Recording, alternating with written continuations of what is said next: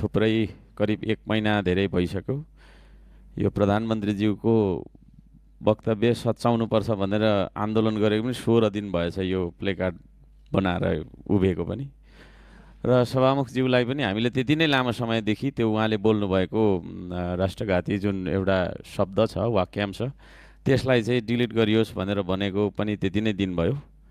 अब तपाईँले पनि नसुन्ने, उहाँले पनि नसुन्ने, अब कसैले कसैको केही पनि नसुन्ने, ढुङ्गाहरूको देश हो या मान्छेको देश हो, अचम्म लागेको छ।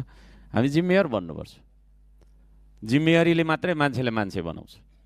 हामी मान्छे बन्नका लागि तपाईँको चाहिँ भात खाएर होइन, टाई सुट लाएर राम्रो लुगा लगाएर हिँड्दैमा होइन, चिल्लो चाप्लो गाडी चढेर चाहिँ ठुला घरमा बस्दैमा हामी मान्छे बन्दैनौँ। हाम्रो नैतिकता हुनु जरुरी छ, जवाफदेहिता हुनु जरुरी छ। प्रधानमन्त्रीज्यूले त्यो सच्याउनुपर्छ भन्ने म राख्न चाहन्छु।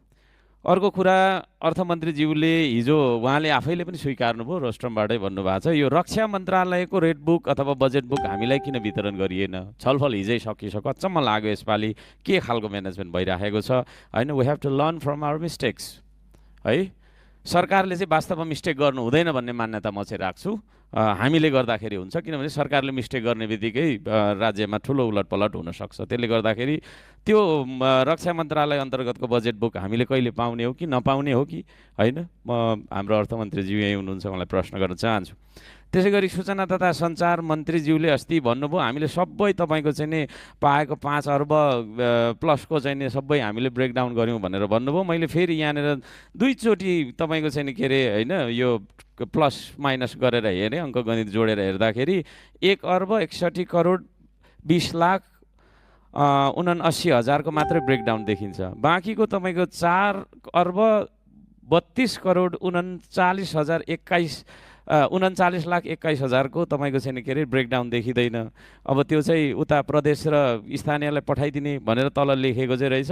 अब हो कि होइन, अब कति चाहिँ प्रदेशलाई पठाइदिने या कति चाहिँ स्थानीयलाई पठाइदिने, यो पनि अस्पष्टता भएको छ। यो खालको चाहिँ अङ्कगणितीय मिस्टेक्स हामीलाई गर्न छुट छैन भन्ने म चाहिँ के अरे ध्यानाकर्षण गराउन चाहन्छु। र अन्त्यमा भारतको पटना भन्ने ठाउँमा चाहिँ यो नेटवर्किङ कि के जति भन्ने कुरामा मान्छे नेपाली जनतालाई फसाएर, दाजुभाइ दिदीबहिनीलाई फसाएर 900 जनाको सङ्ख्यामा बन्दी बनाएर राखिएको छ।